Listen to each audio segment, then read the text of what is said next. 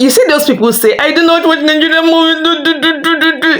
This time around in your face, because the latest Nigerian movie on Everyone's Sleep by Kemi Adetigba, To Kill a Monkey. This movie cooked, it ate and left no crumb because the movie was properly done. The casting was perfect, and it was this time around not your usual Nigerian plot. Hello guys, and welcome back to my channel. It's a girl Chamalinda, and on today's video I'll be reviewing the latest movie To Kill a Monkey by Kemi Adetigba. Why do I feel like I want to talk from the ending part of the movie? Because there's a reason why people say it is a mistake sometimes to help people who are poor. Some even say it is safer to help them from afar and then let them go. Kaida Ohala and go. The moment if you received help from a boss, everything, it changed the dynamic of everything. Opus was annoying and erratic most of the time, so don't get me wrong, he was very annoying, but he didn't deserve the kind of betrayal Efe gave to him. Because even at the last scene, when Efe sold him out to teacher to be killed, he was still trying to fight for Efe. He didn't know if he had already sold him out. The realization of how the betrayal in his eyes killed him before the bullets from teacher's men even killed him. Let's not rush, let's not get ahead of ourselves.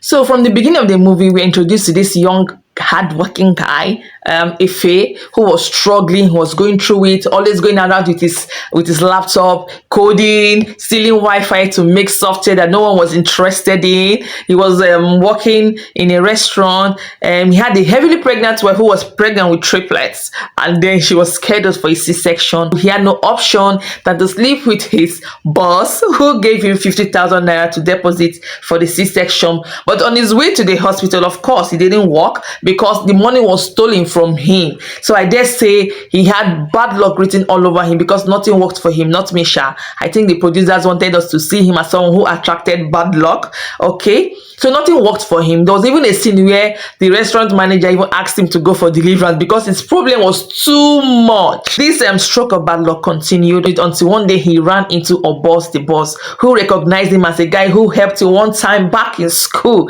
And because of that, Obos the boss paid off his debt, even gave him an invitation to sit with them on the table and eat, and then even offered him a piece of the action. He offered him employment, but if he being educated and saying he was not the criminal kind, rejected the offer. But when he went back home, his usual hard life, his wife was not lactating because there was no good nutrition, so he just had to run back to Obos the boss and said, please cut soap for me to get the position he initially rejected back. And Obos the boss said, are you ready? Are you sure you are ready? One thing I like about these movies is that why this is a little different from other Nigerian movies is because normally in Nigerian movies, when you see maybe a struggling guy, a struggling young man going to meet maybe a more successful old friend or colleague and says, please help me, I am facing this hardship, please look for something, give me something to do so I can maybe take care of my family. They usually are introduced to maybe rich blood money or ritual killings or even or drugs. But this one is different because Obozi introduced Efe to ritual killings and all those other stuff that we normally see in Nigerian movies, but this time he introduced him to cyber crime.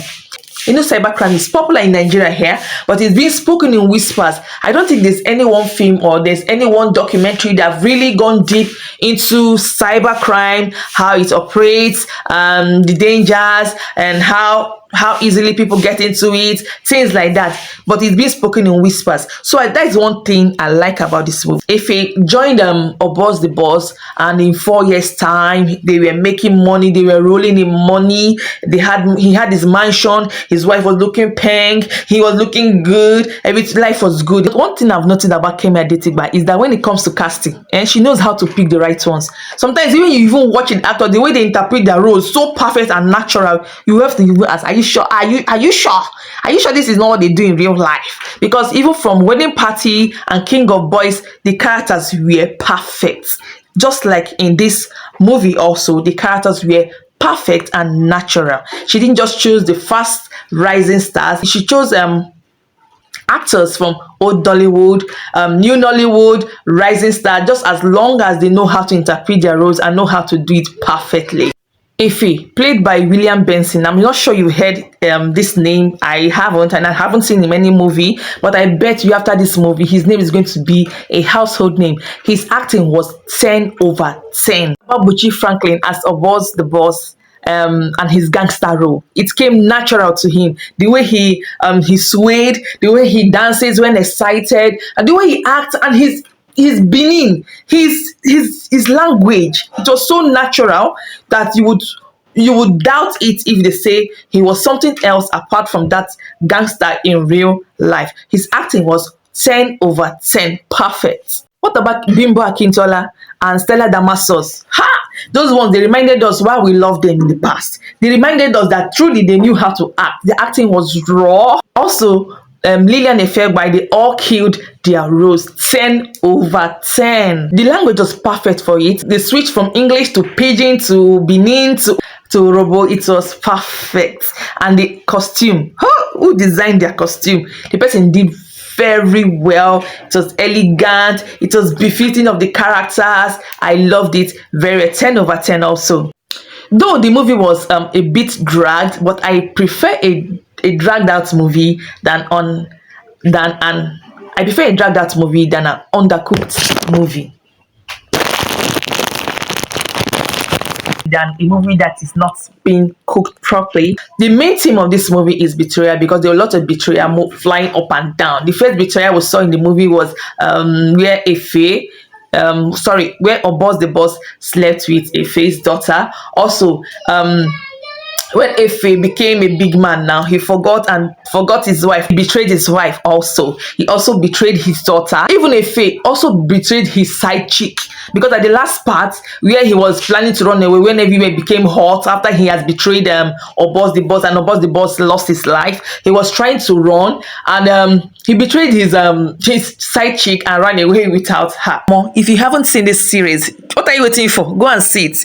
Movie recommendation for this weekend. See it. You would enjoy it, because I did. It was 10 over 10. I am really proud of this one. See you in my next video. If you're not yet subscribed, please subscribe to my channel. I know I have been a little bit AWOL lately, but please subscribe for more reviews. And don't forget, Big Brother Nigeria is starting this weekend, so I'll be doing a lot more reviews after the opening ceremony on Saturday and Sunday, because it's going to hold twice. See you in my next video.